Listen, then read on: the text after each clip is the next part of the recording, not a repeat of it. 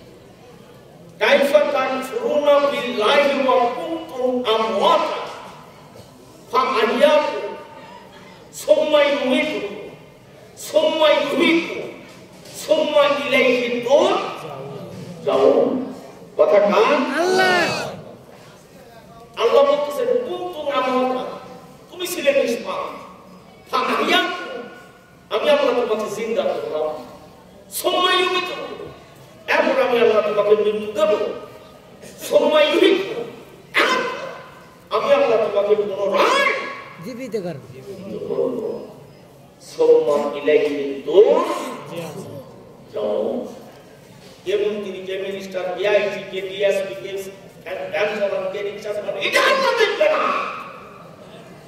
সবাইকে আল্লাহ একদিন তার বিচারের ভিতর দান করায় পারবেন। সবার বাচ্চারা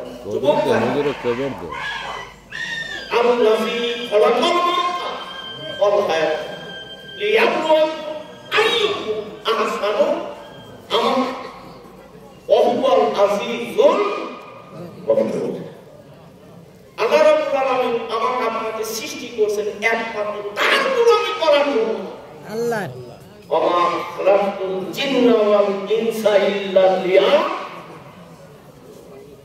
গোলামি জীবনের সকল থেকে কার হবে? জীবনের প্রতিটি ক্ষেত্রে গোলামি একমাত্র আল্লাহ ব্যতীত কারোর জন্য হবে না।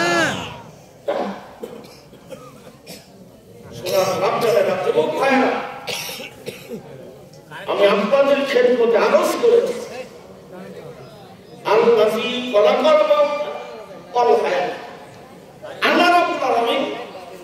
আমাকে আপনাকে জীবনের সৃষ্টি করবার আগে কিন্তু আল্লাহ মৌতের কথাটা উল্লেখ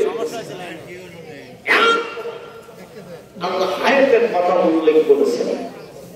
আগে মৌত পরে হায়াত। কিয়ামতের মাঠ যেদিন আল্লাহ কায়েম করবেন সেদিন কিন্তু বান্দার জীবনে ভালো আমলের উপর হিসাব, ভালো নেক আমলের উপর জীবনের হিসাব। ইন্নাল্লাযীনা আমানু ওয়া আমিলুস সালিহাতি কানাত লাহুম জান্নাতুল ফিরদাউসে নুজুলা। নিশ্চয়ই আমরা ঈমান আনছি কার উপর? আল্লাহ। ঈমান আনার সঙ্গে সঙ্গে আমাদের সলেহ নেক আমল করা ফরজ। কিয়ামতের মাঠে আখিরাতের আদালতে বিচার হবে সব বান্দার জীবনের কিন্তু আগে নামাজের হিসাব আছে। কিসের হিসাব? নামাজের হিসাব। আর একটা আসতে হবে নামাজের হিসাব। হুজুর ওয়াজ ভালো লাগে সারা রাত করলে, কিন্তু নামাজ ভালো লাগে না।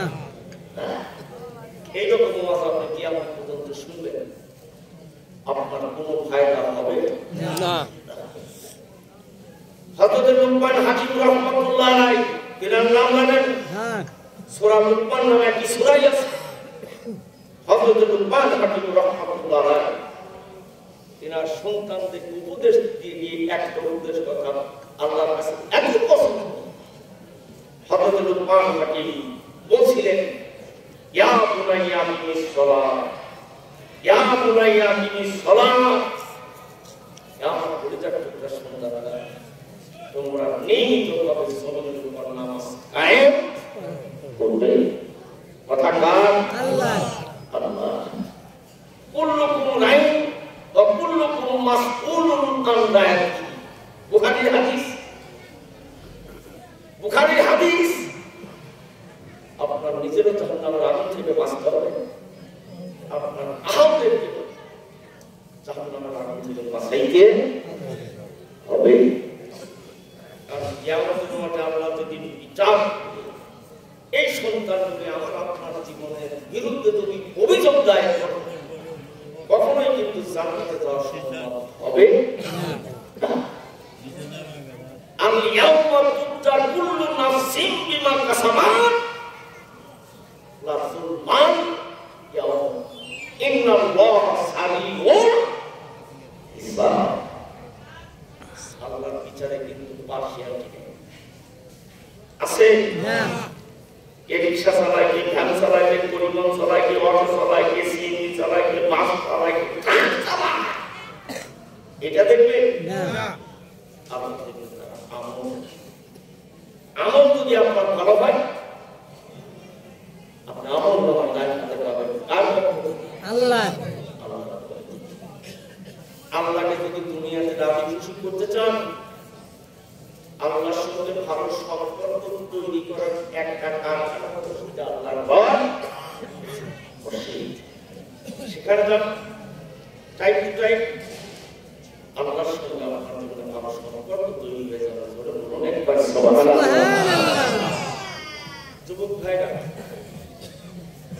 মোবাইলের সঙ্গে আপনারা ভালো সম্পর্ক তৈরি করেন, জানান এবং মন দিয়ে মোবাইলকে ভালো বাসেন না বলেন। আরে রাস্তা দিয়ে হেঁটে যাচ্ছি, তাও টিপটি যাচ্ছি, কোন দিক দিয়ে ভ্যান, কোন দিক দিয়ে পরিবহন, কোন দিক দিয়ে মোটরসাইকেল আসতেছে, কি আমাদের তাই মোবাইল কত জীবনে ভালো বাসতেছে। তুমি ভালোবাসতে বাসতে বাবা কিন্তু ডুবে যাবে। তুমি যুবক, অল্প বসে চোখ খারাপ হবে, বাসর ঘরে যাবে, বিয়ে করার পরে তুমি তোমার নিজের স্ত্রীকে লাইট অফ করে দেওয়ার চিনতে পারবে না। এইভাবে তোমার চোখ দুটি আল্লাহ কেড়ে নেবে। ভালোটা দেখলে আলহামদুলিল্লাহ, আর খারাপটা দেখলে কথা কথা ভালোর সংখ্যা কম, খারাপের সংখ্যাই বেশি। বাজার মারা কিন্তু একজন যাওয়া বেঁচে থাকতো অন্য নফসের জায়গা তো প্রাণ আছে, তার মৃত্যু আছে। কবর থেকে শুরু করে আখেরাতের জীবনটা বহুত লম্বা, বহুত লম্বা, কত নাম কেটে যাবে। একমাত্র আল্লাহ পারবে না। আসলে জমিন জগৎ থেকে অবতরণে যাওয়ার আগে আসলে আমরা কিছু আদর নেই, আমল নেই। কবরের প্যাসেঞ্জার, কবরের প্যাসেঞ্জার ইমাম সাহেব মসজিদে নামাজ পড়ে সালাম দিয়ে ঘাটটা ঘোরাও শুনে আমার আপনার উদাস করে 33 বার সুবহানাল্লাহ, 33 বার আলহামদুলিল্লাহ, 33 বার আল্লাহু আকবার, একবার লা ইলাহা ইল্লাল্লাহু ওয়াহদাহু লা শারীকা লাহু লাহুল হামদু ওয়া হুয়া আলা কুল্লি শাইইন কাদির। মিজানের পাল্লা কি দিয়ে ভারী করবেন আপনি? আপনার নামাজ পড়বেন না, মিজানের পাল্লা ভারী হয় না। নামাজে ইমাম সাহেব সালাম করবে, চাই নামাজে বসে এই কাজ ভারত পক্ষে যারা আইনকাল কুরসি জানেন, আইনকাল কুরসি পড়ে নামাজের মুসাল্লা থেকে তারপরে সমন্বয় নিয়ে করবেন। আপনার পড়তে যত সময় লাগবে, মৌকাশ যত সময় লাগবে, আপনার জান্নাত যত সময় পৌঁছতে সময় লাগবে। আইনকাল কুরসি এত ফজিলত, নামাজ পড়বে যায় আমরা ডিজিটাল কাজে খালি খরচ আর তোমার খরচ খালি করি বের হয়ে আসবে। কথা বাস্তব না বাস্তব?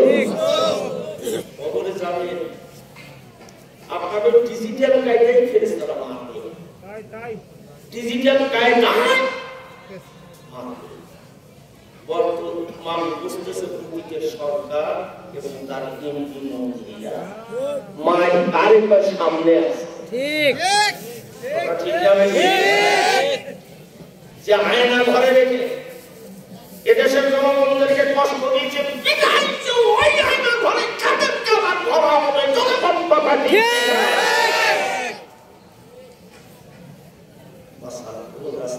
নাই।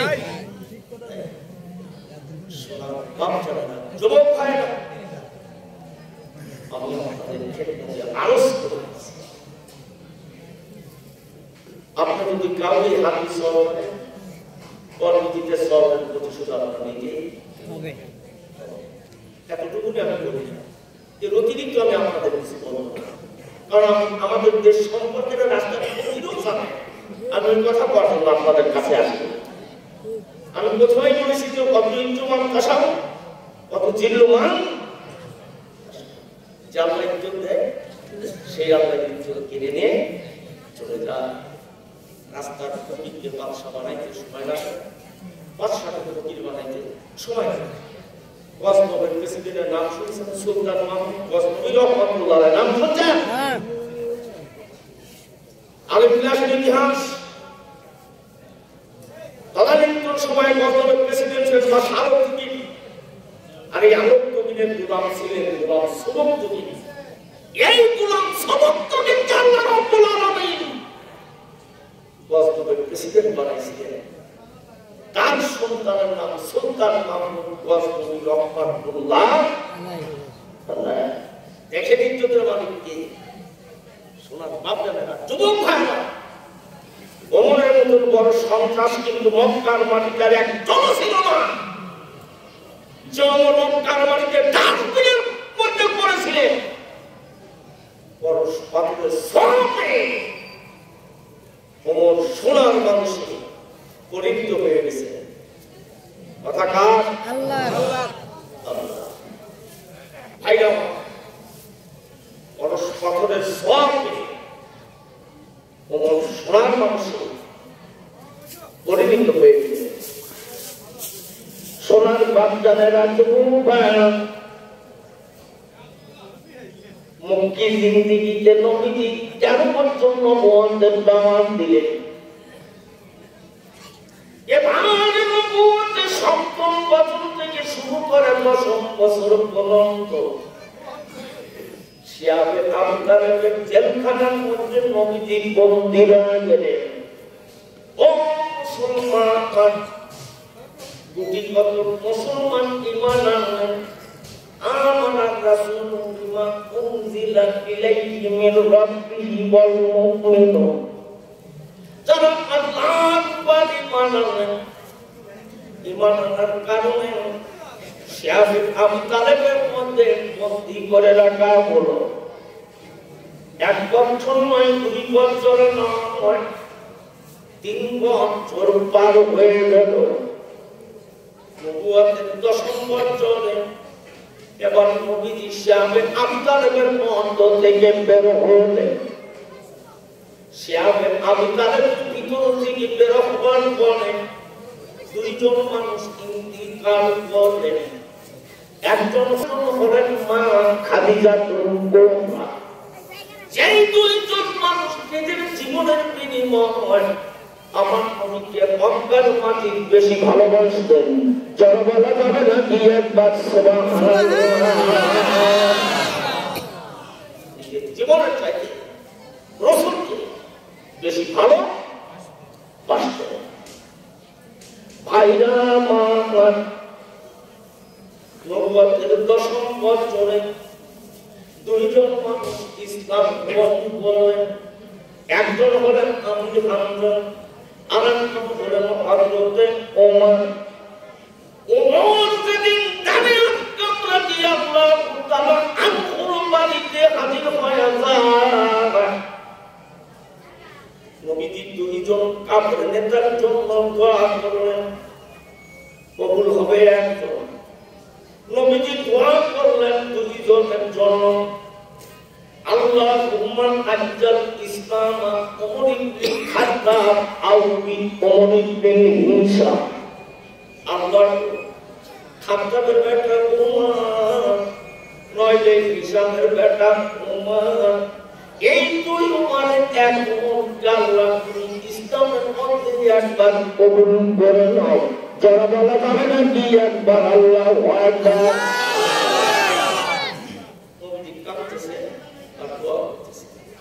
হিদায়াত দেওয়ার মালিক কে? আল্লাহ। আরাম করে বলো আল্লাহ। রব্বানা আতিসি কুলুবানা ওয়া হাদাইতানা ওয়া হাব লানা মিন লাদুনকা রাহমাতান ইন্নাকা আনতাল ওয়াহ্হাব।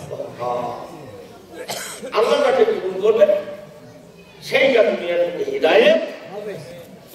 আর আল্লাহ যাকে হিদায়াত দেবে না, সে কখনোই হিদায়াতের অধিকারী হতে পারে না।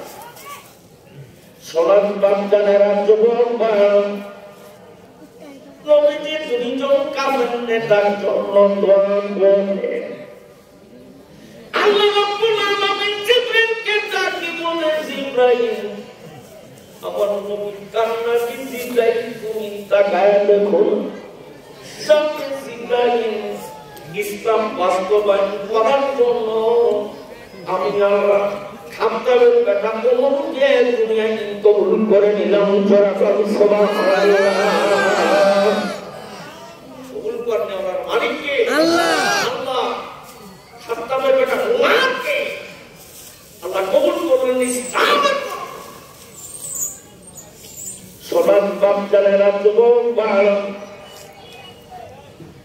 খাত্তাবের বেটা ওমরকে আল্লাহ বাছাই করে কবুল করবে।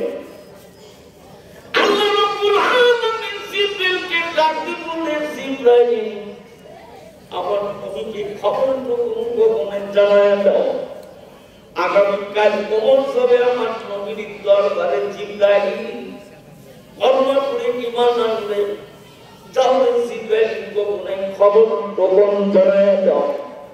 হযরত জিবরিল নবীজিকে কানে কানে বাজান গোপনে বলে গেলেন, নবী গো আগামীকাল আসবে ইসলাম কবুল করার জন্য। এবং আবু জাহেল মক্কার মাটিকে ঘোষণা করল, মুহাম্মদ বিন আব্দুল্লাহ কল্লাকে আমার দরবারে হাজির করতে হবে।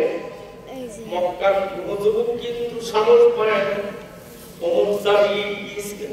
ওমর বলছেন, এই মুহূর্তে মুহাম্মদ বিন আব্দুল্লাহ কল্লাকে টেনে হাজির করল। ও মুসলমান, ওমর জানে না আল্লাহ তাকে ইসলামের জন্য দুনিয়ায় কবুল করে নিয়েছে। যখন আল্লাহ ফয়সাল, আমি আল্লাহ অর্ডার দিলাম আমার নবী দরবারে তুমি যাও। নবীজি তাকে রাদিয়াল্লাহু তাআলা ঘরের মধ্যে বসে, নবীজির পাশে আবু বকর আছে, আমির হামজা গেছে। আবু বকর নরম ইজাদের মানুষ, ওমরের ঘোষণা শুনে আবু বকর দুটি চোখের পানি দিয়ে কান্দে আর বুকটা ভিজায় দিয়েছে। ও যুবকের তবে না, আবু বকর যেদিন মক্কার মাটিতে ইসলাম গ্রহণ করে, আবু বকরের বয়স ছিল 27 বছর। আর হযরতে উমর ফারুক ইসলাম কবুল করতে যায় তিনার বয়স 26 বছর। যারা বলা যাবে না কি একবার সুবহানাল্লাহ। যুবক মানুষ সব ইসলাম গ্রহণ করছে। আবু বকর দুই চোখের পানি দিয়ে কান্দে, নরম মিজাজের সাহাবী।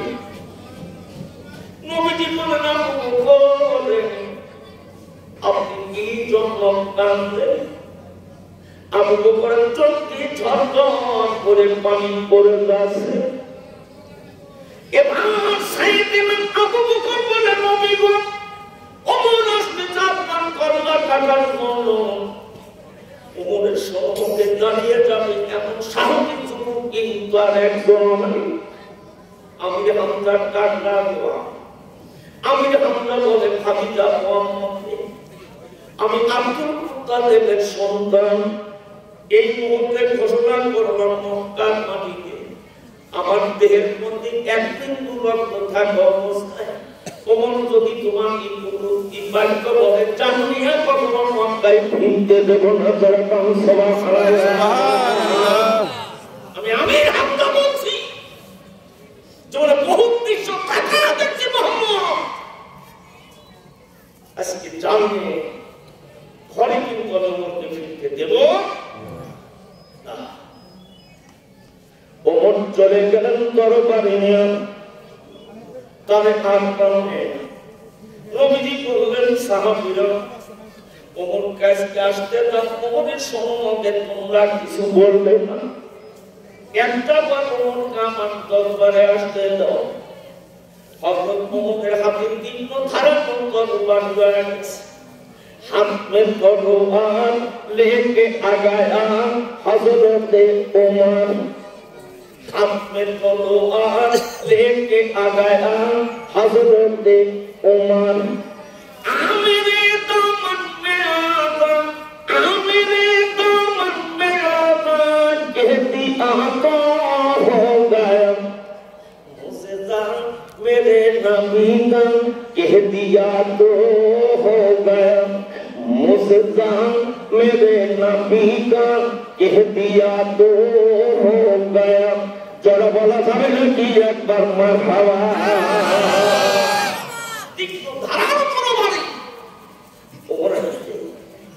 তারে আমার মুছে গেছে, বিশ্বনবী নজরে নজর করে গেছে। ওমর থমকে দাঁড়িয়ে গেলেন আর এক কদম ওমর আগায়। নবীজির নবুয়তের চেহারার দিকে যখন ওমর তাকায়, হাত থেকে তরবারি থরথর করে কেঁপে পড়ে যাচ্ছে। এবার নবীজির দুটি চোখের পানিতে কান্দের বলে, ওমর শ্যামে আমি কনকের ভিতর 3 বছর বন্দী রাখে না, একটা আমার জীবনে খবর নাই। ওমরে আমার পর্দা কাটার জন্য আমি তো জীবনের চুরির কথা বলি না, ব্যবচারিক কথা বলি না, আমাদের সুদাম করতাম এই কথা আমি জিন্দেগিতে কোনোদিন কার মাটিতে বলিনি। আমি মোহাম্মদ বিন আব্দুল্লাহ এতটুকু বলি, লা ইলাহা ইল্লাল্লাহ, আল্লাহ ব্যতীত কারো হুকুম মানা যাবে না। এই কথা বলার কারণে যদি একজনের পাল্লা কাটা যায়, ওমরের ঘরের মধ্যে চলে আসে, আমার তো মা নাই, বাবা নেই, আমার পাশে দাঁড়াবেন আমার দরদের ভাই নেই। এই যে মানুষগুলা দেখতেছে, জিন্দিগিতে কোনদিন তোমার সমমতে দাঁড়াবে না, বর্ণাটা কেটে নিয়ে আনতে দরবারে কেউ তোমার জিন্দিগিতে বাধা দেবে না। নবীজির দুটি চোখ দিয়ে টস টস করে পানি করে যাচ্ছে। ওমর কান্নার রোল পড়ে গেল। ওমর দুটি চোখের পানিতে কাঁদতে না বলে, নবী গো, আপনার কল্যাণ কাটার জন্য আছি, কল্যাণ কাটার নবীর কথা নবী আপনি আর দেরি করবেন না, আমাকে কলেমার বিনিময়ে নবী মুসলমান বানায় দেন। লা ইলাহা ইল্লাল্লাহ মুহাম্মাদুর রাসূলুল্লাহ, লা ইলাহা ইল্লাল্লাহ, লা ইলাহা ইল্লাল্লাহ, লা ইলাহা ইল্লাল্লাহ, লা ইলাহা ইল্লাল্লাহ, লা ইলাহা ইল্লাল্লাহ, লা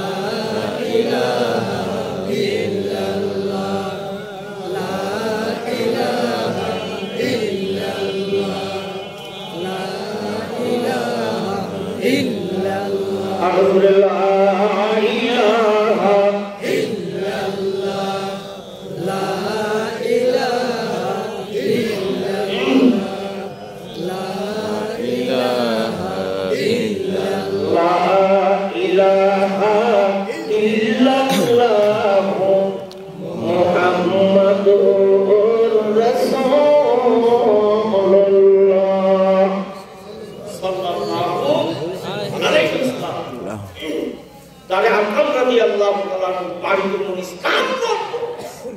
ইসলাম কবুল করার সঙ্গে সঙ্গে ওমর নবীজিকে প্রশ্ন করছে, নবী গো, আপনি নামাজ পড়েন কোথায়?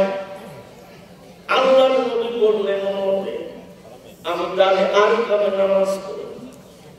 এবার প্রশ্ন করে বলছে, নবী এখন আপনি কোথায় নামাজ পড়বেন?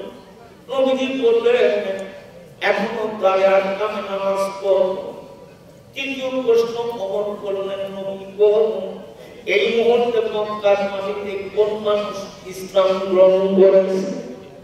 নবীজি বললেন, খাত্তাবের বেটা উমর ইসলাম গ্রহণ করেছে। এবার ওমর বলতেছেন, ইয়া রাসূলুল্লাহ, ইয়া হাবিবাল্লাহ, নবী গো,